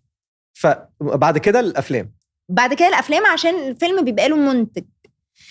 الاغاني بقى اللي هي السينجلز وكده، بصوا المطربين عاده بقوا بينتجوا لنفسهم، ما بقاش في شركه انتاج زي زمان. لو عايزين نتكلم بجد في الفيلم. ايوه. فالمطربين لما بييجوا ينتجوا لنفسهم خلاص، ما هو بيكلمك ويقولك انا بنتج، فانت اكيد مش هتاخد مني الرقم اللي انت بتاخده وانت ذوقيا ماشي. يعني قصدي خلاص النسب دي بقى لو هو حد فير هيديك نسبة، والنسبة دي مع الوقت على فكرة في زماننا ده احسن من الفلوس طبعا. لان الاغنية بقت بتعمل on the long run قد تمنها لو نجحت طبعا، قد تمنها 2-3 طبعا. في طبعا ناس محترمة بتقولك أنا مش عايزة أدي فلوس بس عايزة أدي نسبة، وفي ناس بتبقى أنانية. طب ما الأناني ده أنت بتشتغلي معاه ليه أصلا؟ ممكن يبقى نجم النجوم أناني عادي يعني. هي عايزة أنا فاهم، ممكن عايزة اسمها في بص أنا كشخص بمشي حالي 1 و2 و3.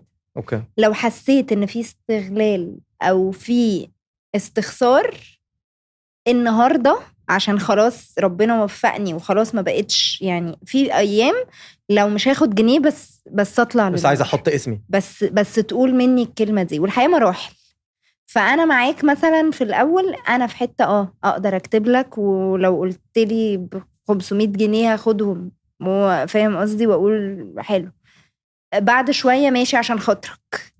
لو حسيت ان انت في حته استخسار لا خلاص هتقع من حساباتي تماما. لو مين بقى يعني لو انت مين، انا ما بحبش احس ان في حد مستخسر فيا. بتضايق جدا، بتجنن من الاحساس ده. طب وكل عالم من دول انهي اسهل فيهم تخشي؟ يعني عالم الاعلانات ولا عالم الافلام ولا عالم المطربين؟ الاعلانات هي اللي دخلت لي، دي تجربتي الشخصيه، هي اللي فتحت لي المجال للاتنين التانيين. انا اتخرجت من ميديا ودعايه واعلان وكذا، رحت اشتغلت تحت التدريب في FP7، قعدت معاهم 2 الاغاني خدت شيفت، بقت جينجلز زي زمان، زي بقى طارق نور و قبل، فالاغاني بقت رجعت تاني الجينجلز موضه، وابتدينا بقى احنا في بيوتنا عايزين نسمع راح فين زمن الشقاوه والحاجات دي، وشبرقه وبعزق، كان في فتره كده فرجعت الاغاني، فكان لازم اتعلم يعني ايه اكتب اغنيه عشان اسرفايف. انا كنت في الاول بحاول احافظ على وظيفتي، فاهم؟ مش معنى ما انا كوبي رايتر وفجاه مبقاش في سكريبت، بقى كله عايز اغنيه جينجل اصلا خلاص، فلازم اتعلم اعمل البتاع اللي اسمها جينجل دي قبل ما يمشوني. طب وده قبلها انت اصلا كنت في دماغك اصلا انك عايزه تكتبي، ولا ده ما كانش اصلا في الحسبان؟ لا، طول عمري أصلاً بكتب، ما انا كنت كوبي رايتر، كنت بكتب سكريبت. لا قصدي اغاني، قصدي لا ما كانش في بالي، ما كانش في بالك ما أصلاً. كانش عندي اصلا الملكه دي، مش عندي يعني، او انا مش عارفه انها ايوه عندي. مفهوم. يعني ما اعرفش. وبعدين مع الوقت يعني خدت كده في الاعلانات اكتب تجربة. حاجه وحشه تتركن، ده مش اغنيه تتركن، مش عارف ايه. وكنت ساعتها بشتغل، كانت زميلتي بقى معايا يمنى العسيلي، اخت محمود العسيلي، وكاتباله كانت معظم اغانيه في بدايته فظيعه، افتح البتاع تبقى خلصت اغنيه. انا ما لحقتش اعرف انتوا مثلا عايزين تقولوا ايه، المشروب ده ماله، السعاده وافرح واضحك، ولاقيها خلصت الموضوع ونانسي عجرم غنت وفي ايه ده فتشط يعني التعجيز ده يعني ما شاء الله يعني فظيعه. فحملت، خدت ماترنتي ليف. شفت حملت دي؟ مش فاهم ايه حملت دي لو تكتب في المستشفى سيبينا بقى. أصلاً لا عادي. قعدت بقى يمنى سيبينا شويه يمنى بقى صاحبتي أتنفس. حبيبتي، انا بهزر. لا هي صاحبتي بجد، بس هي يعني لما قعدت كان عندها ماترنتي ليف، انا خدت فرصه ما كانش قدامهم غيري. اوكي. في الاول ساعتها في الفتره دي، وانا الحقيقه حطيت الموضوع في دماغي بس. وقابلت حسن الشافعي وسالته ازاي انتوا بقى، كان مشيني من اعلان قبلها بس موقف مش شخصي يعني، كتبت اغنيه مش حلوه قال له مش عايزها. فما قابلته بعدها بقى قلت له ليه وكده، واديني فرصه ان انا اكتب اغنيه، واداني فعلا فرصه، وعملنا يا دنيا علمينا. دي خطيره يا دنيا علمينا. دنيا علمينا ما تعلميش علينا. ما تعلميش علينا. ما تعلميش علينا، وكسرت الدنيا وما كنتش فاهمه حاجه خالص. طب دلوقتي انا بحس ان الكتابه ممكن تيجي موهبه ربانيه مع شويه تعليم في المدرسه. تمام، يعني اي حد بيعرف يكتب في المدرسه ودماغه حلوه ممكن يعرف يكتب حاجه. اللي بيتفرجوا علينا برضو، انا دايما قلبي على اللي بيتفرجوا علينا. ايوه انت مع المشاهد. أيوة. واحنا برنامج تعليمي برضو، فانا بحب اساعد الناس اللي بيتفرجوا علينا. دلوقتي عندنا 3 مواقف اللي كريم حكى عليهم، اللي هو المطربين والاعلانات كان ايه التالت؟ والافلام. تمام. واحد قاعد في بيته دلوقتي صغير السن، very creative، كتب حاجة فظيعة. يوصل، احكي لي كده واحد يوصل لل3 ازاي؟ يعني ماشي. مثلا هيموت ويوصل لتامر حسني. انا مبسوطة قوي بقى ان السؤال ده اتسأل لي، لان انا بيتبعت لي كتير قوي. عايزة اقول بقى كذا حاجة في الموضوع دي، هقول لك. انت واحد من الناس عايز تكتب؟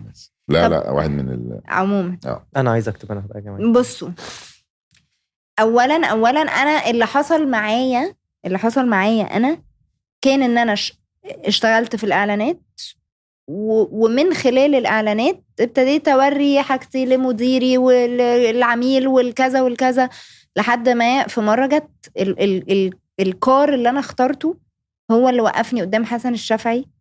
وانا بقى فاهم باصرار وتناحه قلت لحسن عايزه اكتب وبتاع، واداني رقم وخدت رقمي وتقابلنا وكلمته وتابعت وكذا. فانا استخدمت الريسورسز اللي اصلا كانت عندي، اللي اصلا انا كنت فيها، اللي هي ايه؟ الاعلانات. تمام. انا حقيقي مش عارفه بشكل اخر يعني. في دايما بسمع مثلا فنانين كبار بيقولوا ان اتبعت لهم مره كلام وبتاع، والحظ صادف ان هم شافوه. مش دايما الناس بتقدر تشوف ده، اللي هو السوشيال ميديا وكده يعني. السوشيال ميديا او زمان من ايام الايميلز وكده. اتبعت لهم مديرين اعمال وشافوا. لكن لو كل السورسز دي مش موجودة أنا بقول للناس start small عادي. ازاي بقى؟ شوف حد برضو ملحن نفسه حد يلاقي حد يكتب له مش لاقي، وانت نفسك حد يلحن لك ومش لاقي، واعملوا حاجة ونزلوها جايز تضرب. ما هو احنا فيه النهاردة 60,000 حد. بس ما هو ينزلوها دي لازم حد يغني. ماشي يشوفوا برضو حد لا هي نفسه اصلا هو يبقى كانه زي يعني شورت موفي قصدي مثلا. لحد ما ربنا يكرم ونوصل هو السوشيال ميديا لفلان ولا ادت بهاء مساحة. سلطان ولا كينج محمد منير ولا عمرو دياب ولا ماشي. ستارت سمول يمكن حاجة تنجح لو البرودكت حلو فعلا.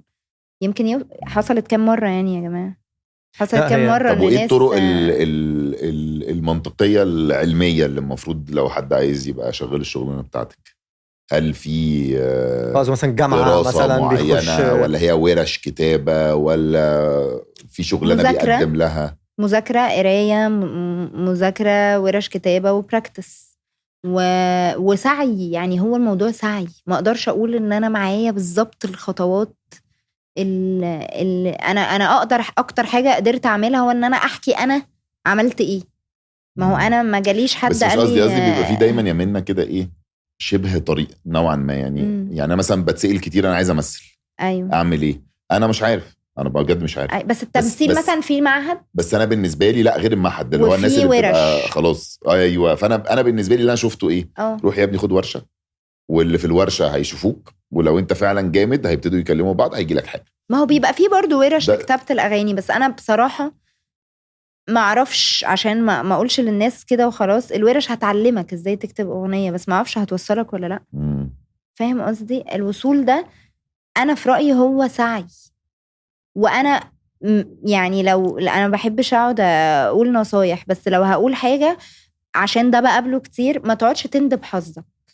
يعني ما تقعدش تقول ده انا موهوب واكتر من الناس اللي موجوده وانا مش عارف ايه. يعني قصدي ده بيعطل. ده العقليه بتاعت اللي هي طبعا. انا بقى 7 صنايع والبخت ضايع دي مشله وغلط وفيها استحقاق. فاهم قصدي؟ فيها ان انت حاسس انك تستحق اللي ما جالكش وجي الفلان وجي العلان. بس هو اللي انا عارفاه فرشور ان الحفرقه والسعي ده فيهم حد هيشبه. طب ماشي، انتوا المجال بتاعكم على فكره انا كنت زمان بكلم منى الشاذلي وكنت بكتب شعر وكده، وده وانا بقى في الجامعه عشان كانت بتجيب بقى هشام كخ وشعره بقى ويقعدوا يقولوا جمال بخيت ويقعدوا يقولوا شعر معاها، وانا كنت بكتب شعر عادي مش اغاني. وكنت اكلمها فترد بمنتهى اللطافه تقول مثلا ايه حبيبتي انا داخله هوا، ما اكيد مش تقعد تسمع شعر في التليفون. انا برضو مش عارفه ايه غايتي ان انا اكلم الناس اللي بحبها. منى نيو بعمل منى الشاذلي نيو. طب بقول لك ايه، احنا من مكاننا هنا هنديكي فرصه. اعمل ايه؟ هنشغل لك في البوست يعني. ماشي شغل لك عود حلو اغني ولا وقولي حتتين شعر. مستحيل كده. ليه؟ مستحيل. ليه؟ عمري ما حاجه من بتاعه عملتها الجامعه. مش هعملها. من بتاعه الجامعه؟ لا تقل دم بقى ده مني جدا. ليه؟ عشان انا مش عارفه هنا هحط الخط.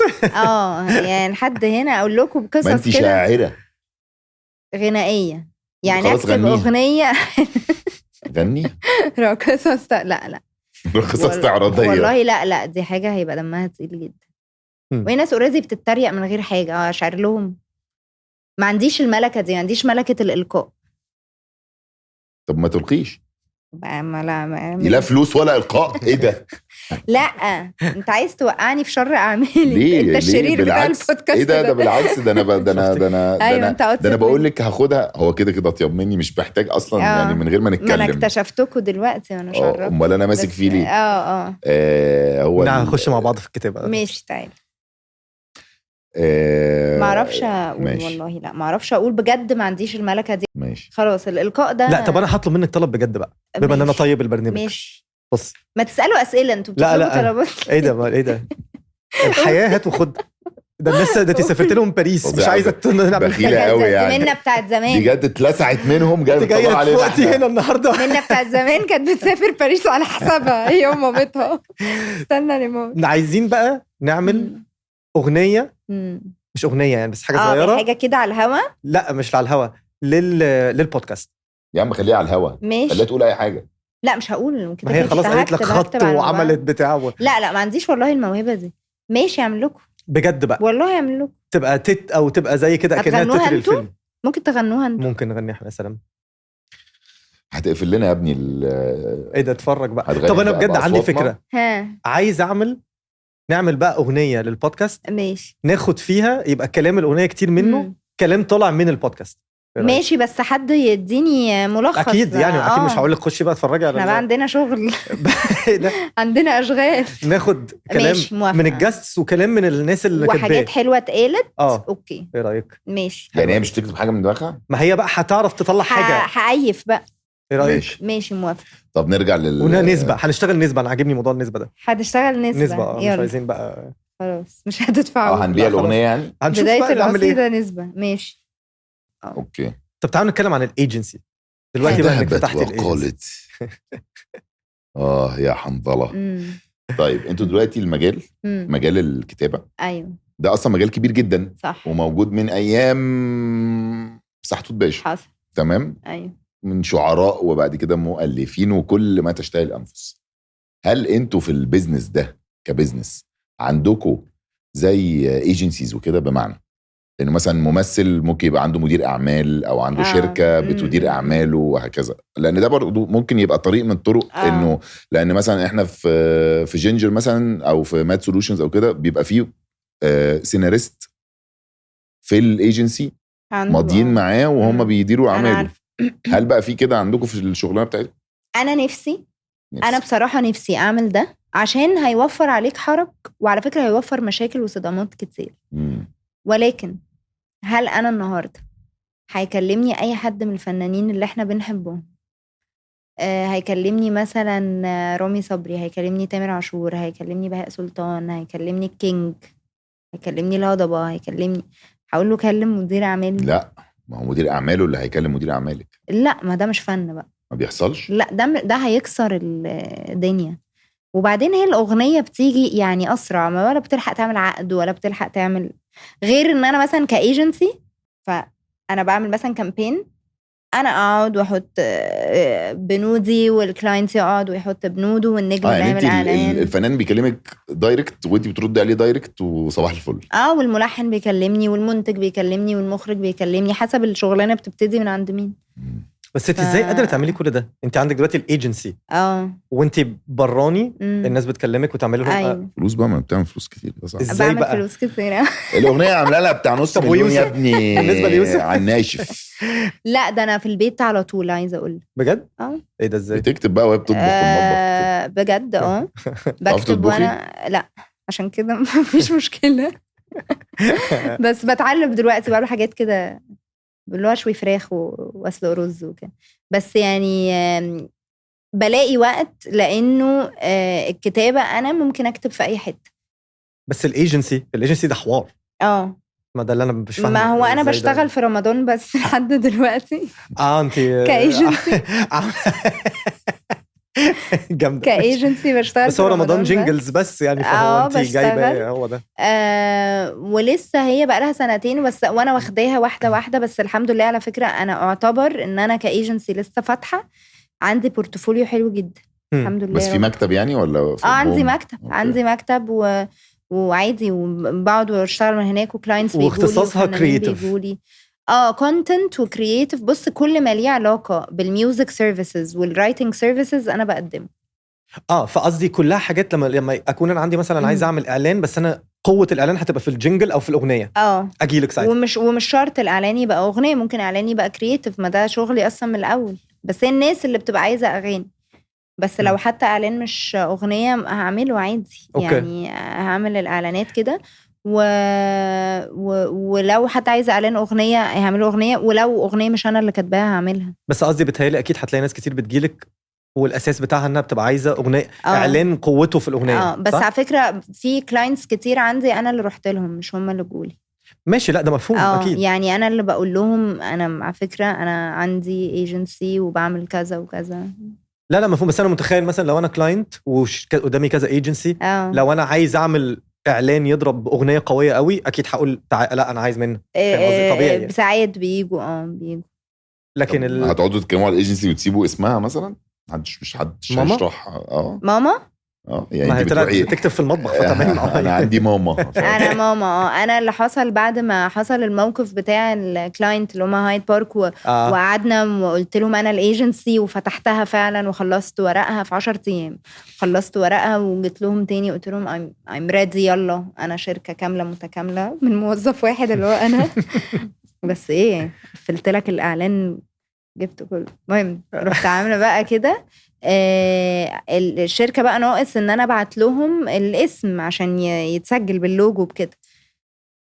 انا كنت مسمياها استوديو غزل الشعر وغزل اللي هو لما تعمل حاجه تغزل يعني. ايوه وقاعده كده عارفه تبقى بالداي دريم كده سرحانه كده مع نفسي.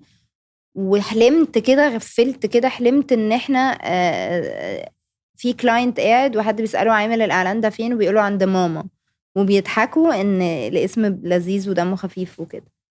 فقمت كده قلت كان بابايا في الأوضة فدخلت له قلت له أنت عارف أنا هسمي الشركة بتاعتي إيه؟ فقال لي قلت له هسميها ماما. فلقيته ضحك جدا قال لي ذكية وبتاع حلوة. فقلت خلاص هسميها ماما. طب ما هي ماما لازم تبقى شورت فور حاجة. فقلت ماشي ميوزك مبدئيا ولازم بقى اكمل. طب ميوزك اند ميديا مش طلع في شركه اسمها كده رحت قايله ماجيك اند ميوزك يلا عند منا يلا بقى اللي عايزينه كله يا محمد. انت منك كنت انا بما ان انا دلوقتي عشان عندي بنتي وكده. ماشي قد ايه بنتك؟ 9 ما شاء الله. فانا بقيت دايما عارفه اللي هو عندي الهيسس بتاع الابهات والامهات ده اللي هو ايه انا نفسي اعرف بنتي شاطره في ايه وعارفه الجو ده. انت وانت صغيره كنت على طول عمرك اللي هو ليكي في الحته بتاعت الكرييتيف. ده كان العادي اصلا طول عمري. بس انا كنت كمان طفله مغيبه ان انا شاطره في كل حاجه. يعني كنت فاكره اني ممكن العب باسكت فاهم حاجه. بس كان اصلا ليكي في الرياضه وكده ولا ما كانش؟ كنت بطيئه ومش بعرف امسك الكوره. وكنت بلعب باسكت في النادي وبابايا كان ساعتها في سنه بابايا ساب الاهلي وراح كان بيدير نادي الجزيره وانا طول عمري بتمرن وكده في نادي الجزيره. فالسنه دي انا كنت بقى قلت انا عايزه اتمرن باسكت. كنت بقى بعطل الماتش يعني من كتر ما انا بطيئه. انا معطله الفرقه. انا بجد الماتش العيال بتيجي وتصعد ويخشوا فاهم اكبر وانا ما انا قصيره ومش سريعه ومش مالكه الكوره مفيش حاجه. بس انا I believe I can fly. مايكل جوردن سبيس تونز. انا لعيبه باسكت فاهم. تشارلز باركلي قاعد. انا مصدقه كده وكنت مصدقه اني صوتي حلو واغني في كورال المدرسه وكل حاجه كانوا يمشوني منها. يعني يجي مثلا سليم سحاب عندنا في المدرسة يعمل اختبار صوت أخشه فما نجحش. ده سليم سحاب يعني مش سليم سحاب المايسترو. أروح رايحة واقفة. مدرسة إيه اللي بيروح سليم سحاب؟ والله كان بيجي كنت في مصر اللغات كان بيجي سليم سحاب والله ياخد ماجدة موسى بقى الله يرحمها كانت بتعمل شغل. كان بيجي سليم سحاب ينقي عيال من بتاعي يغنوا وانا اقف في الطابور ذهبي يا مصر ذهبي يا مصر بقول فقعد اغني صوتي وحش جدا. فيروح ادينا كده حته. ما انا لسه اهو هي طلعت بعفويه شوف. يروح ممشيني اروح واقفه في الفصل اللي بعده. انت مصممه. انا بالنسبه لي هو ما سمعش صح. اكيد ما فيش هيفتكرني. هو ما سمعش. هو هيسمعني تاني وهيقتنع. لا أقهر كطفلة أنا كنت أنا فاكرة إن أنا عندي كل المواهب. بس دي حاجة حلوة. بس حاجة لذيذة قوي على فكرة. كطفلة طبعا. أرجو إن لا ما بقتش مغيبة لا. وعلى فكرة بس كطفلة دي حاجة حلوة. I was very fluffy. يعني كان أنا اتولدت على فكرة مشكلة في رجلي كانت يعني بتعطل حركتي. وكنت أول 2 سنين إن أنا أمشي كان فيها مشكلة يعني كنت بلبس زي رجل حديد كده دعامات عشان أعرف أمشي. عمري ما لاحظت ان في حاجه مختلفه. انا كنت عادي يعني انا ما لاحظتش. انا كانوا بيقولوا لي مال رجلك. انا عمري ما عنديش ميموري لشعور ان انا كنت بعمل كل حاجه. يعني انا كان ما عنديش منتاليتي بتاعت ان في حاجه ما بعرفش اعملها. فكنت اخش في حاجات مش بتاعتي خالص وانا صغيره يعني باسكت، هلعب باسكت. ولما مشاني من الفرقه الراجل، لما بابايا ساب النادي مشاني. ما كنت عايز اقول لك هو سايبك عشان باباكي ما هو طبعا كان سايبني عشان بابايا. ما هو لما بابايا واضحة. مشي اصلا تاني يوم قال لي العبي لعبه فرديه، عمري ما هنسى. عشان تأذي نفسك بس ما تأذيش غيرك. ما الفرقه متعطله أيوة. بقى لها سنه. براحتك بقى خالص. وانا ما كنتش يعني، ما كانش بيجاملوني مثلا عشانه، ما انا ما كنتش بتصعد مع العيال بتطلع تلعب ماتشات وانا قاعده في الملعب بتاع النادي. بس هو قال لي ما يعني خلاص مش بتاعتك. رحت رايحه مركبه بتاعت باسكت في البيت عندي في بره، واقعد بقى اتمرن. ما عنديش فكره انه انا دايما مش عندي مستحيل. زي ما كنا شباب بقى يعني، كنت صغيره بس كان دايما عندي اللي بيقول لي انت مش عارفه تعملي حاجه. ده بتقلب معاكي العند بقى. لا مش تقلب عند، معناها انك ادركت ان في تحدي. انا مش انت اصلا مش شايفاه اسمه أصلاً. ايه، نعيم الجهل. آه. ده انا وانا صغيره. طب وايه الحاجات نعيم الكرييتيف الجهل. اللي انت كنت بتعمليها؟ يعني الحاجات اللي كانت دايما اكتر حاجه بتعمليها كانت معرفاكي ان انا دي حتتي. لا انا كنت دايما احب اعمل حاجات بايدي. مثلا اعمل لو عايزه مثلا ارص كتبي بشكل معين، اقعد اجيب كراتين والزقها واعمل انا المكتبه، اكتب قصص. لو عندي مثلا assignment اطلع حاجه. يعني مره كنت في جريد 10 وكنت في المدرسه اللي هو اولى ثانوي يعني. وكنت في المدرسه وكان المفروض نعمل بيبر عن شكسبير وانا نسيت.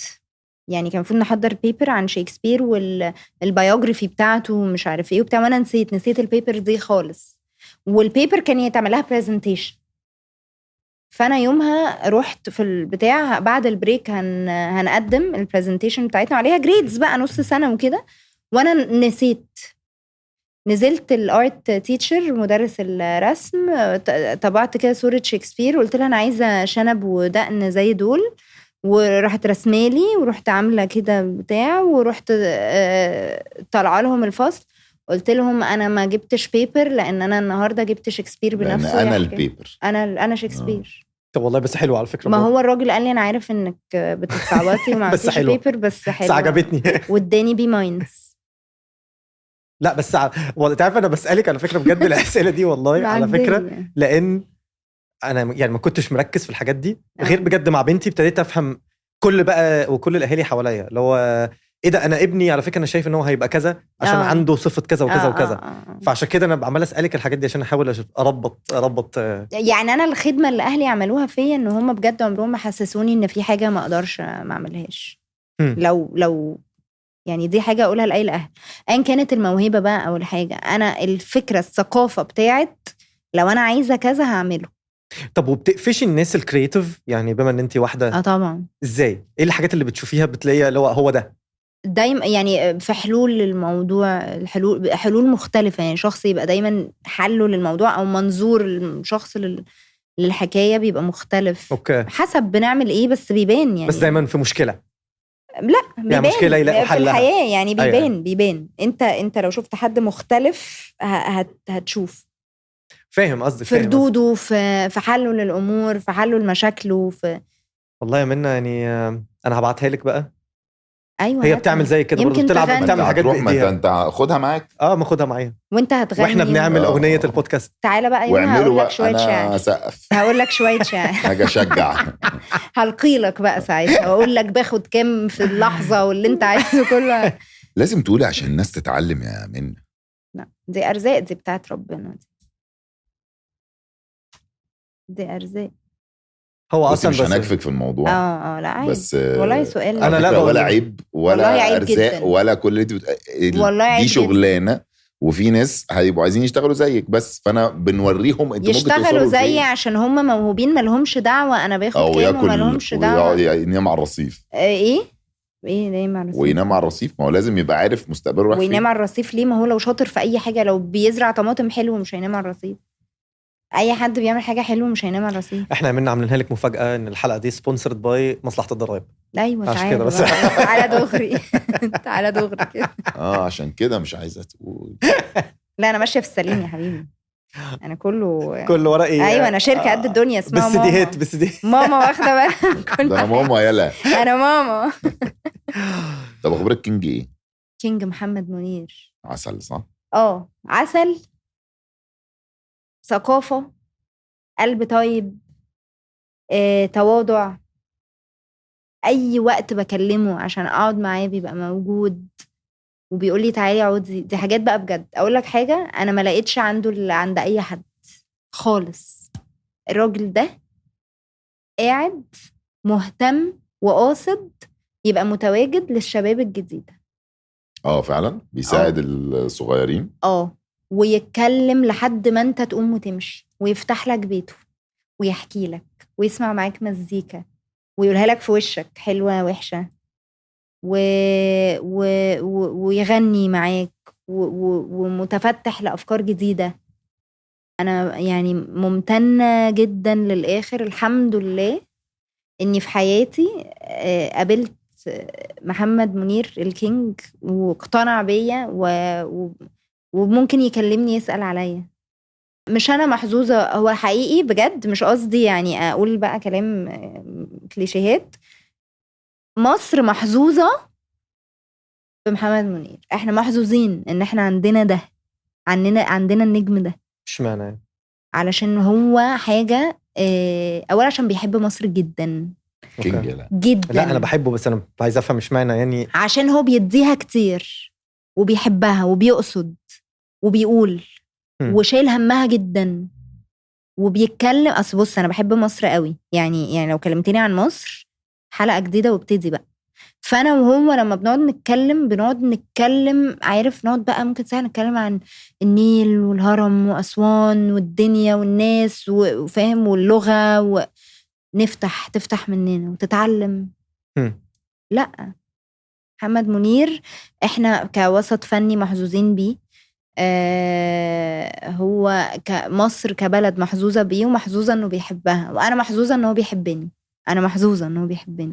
هو بيحبني قوي، انا عارفه يعني. دي حاجة انا مفرحاني ان انا اقولها، مش بقولها يعني اللي هو يعني بعمل نفسي حاجة. انا فرحانة انه بيحب بشكل انساني مش بشكل فاهم قصدي. انا فرحانة ان الراجل ده قال لي ان هو بيحبني وبحب اقعد معاه والله يعني بحبه جدا. احنا نفسنا نعمل معاه حلقة صدقيني من زمان. صدقيني قعدنا نتكلم اصلا ممكن نروح له البيت بقى. لازم تروحوا له. ما اعتقدش ان هو هيقول لا. مش هيقول لا يعني، من معرفتي بيه ما اعتقدش ان هو يعني نفسنا ان هو اصلا زي اللي انت بتقولي بالظبط، ان هو هيعلم الناس حاجات كتير جدا بالذات في عالم المزيكا وفي عالم كل ده. نفسنا اصلا نتكلم تشوف حبه للفن كمان وللغنى وللمزيكا والفاشن والحكايات، وبيحكي من غير فلاتر يعني. ما تصدقش ان انت بتسمع قصة شبه كده دلوقتي. جميل جدا والله يا منى يعني. تبقى حلوة دي. احنا يعني محظوظين انك جيت لنا. شكرا قوي، اتبسطت قوي ويعني كلمت كتير والله. ايه ده مخلص على فكرة. رغيت قوي بس مش قوي يعني في الفلوس وكده، ما اعرفش ما تكتي. الحلقة الجاية بقى والشعر اللي هو اصلا الشغلانة يعني. بس ماشي. اول ما نخلص هقول لك شعر. انت هتتحايل عليا اسكت. انا ما عنديش الموهبة دي موهبة. لعلمك انا بعمل كل ده عشان مين؟ عشان مصر. عشان يتفرجوا علينا. ما هم دول اول ناس هيتضايقوا وهيبهدلوني. انا بعمل كل ده عشان لو انا قلت لا دي موهبة منفصلة. فن الإلقاء دي حاجة والكتابة حاجة. دي موهبة ودي موهبة. دي حاجة ودي حاجة. ماشي. ننهي الحلقة بايه؟ برقصة. واديني بيتين انا اعملهم بالإلقاء. اقول لك يعني ماشي. بعد ما تنهي نطلعهم في التتر. مفيش مشكلة. ماشي يا بس اللي انت عايز. ماشي يا منى، نورتينا النهارده. وهنشوفك بقى انت وكريم وسينا بنت كريم ان شاء الله. عاملين حاجه مع بعض. وطبعا اللي اتفقتوا على ايه، على الموضوع اللي هيبقى في التتر برضو صح، اللي هو لا الاغنيه بتاعت البودكاست. انا حسيتك مضيت معاها في حته كده في النص. لا خلاص اغنيه البودكاست دي هتقولي ماما نجي لك ماما يا سلام. هنعمل لكم بقى احلى شغل والله. نعمل حق اغنيه بودكاست مخيفه. يلا وهخليكم تغنوا. عندي استوديو هناك بس والله حلوه قوي. واحنا اصواتنا مش عايز اقول لك بقى. انا سامعه. انا وصلني. انا هرب ساعتها هقول انا شاعر. مفيش مشكله. لا عندك باز هو الكورس وانا هرب وبيراتون. يلا بينا. نورتينا منه. ميرسي يا جماعه. ميرسي شكرا جدا.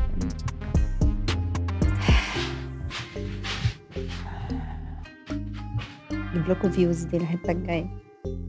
ما انا فاهم انت عايز تعمليها ليه يعني. بس ماشي. بالعكس انا هبقى شيك قوي. لا انا قصدي بس انا فاهم التوبيك يعني. ما عندكيش حاجه مكتوبه كده يا جازة؟